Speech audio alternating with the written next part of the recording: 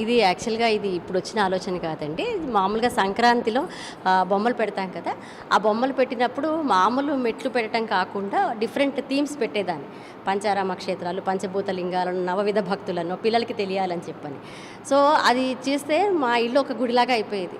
So, పిల్లలొచ్చి aunty, aunty ఇది గదా! ఇది గదా! అంటే ఓకే. పిల్లలని పుస్తకాలు చదవమనే కన్నా బొమ్మలతోటి అటాచ్‌మెంట్ ఎక్కువ. చిన్నప్పటి నుంచి కూడా చూడండి పిల్లలు బొమ్మలు ఎక్కువ పట్టుకుంటారు కదా! సో, ఆ బొమ్మలతో చూపిస్తే ఎక్కువ అర్థమవుతుంది అన్న దాంతోటి ఆ కాన్సెప్ట్స్ అలా చేస్తూ వచ్చాను. సో, ఈ బొమ్మలేంటంటే యాక్చువల్‌గా నేను సనాతన డాల్స్ అని అది నాకు ఆర్గనైజేషన్ నేమ్ అండి.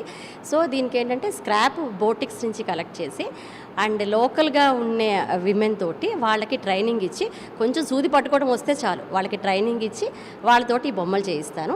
ఈ బొమ్మలు different dance forms of India అని లేకపోతే ట్రెడిషనల్ డ్రెసెస్‌లో అని ఇలా వాళ్ళు కస్టమైజ్ డాల్స్ అనమాట. వాళ్ళు చెప్పి చేయించుకుంటారు. సో, ఎకో ఫ్రెండ్లీ డాల్స్ అని చెప్పొచ్చు.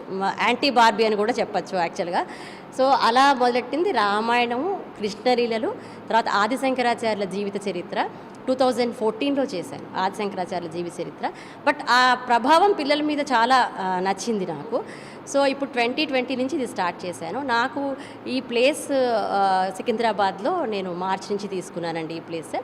సో, ఇది ఇక్కడ పర్మనెంట్‌గా స్టార్ట్ చేద్దామని. అంటే హైదరాబాద్‌లో ఒక పార్క్, సినిమా థియేటర్ ఎలా ఉందో ఒక మైథలాజికల్ మ్యూజియం అని చెప్పి అన్నాను.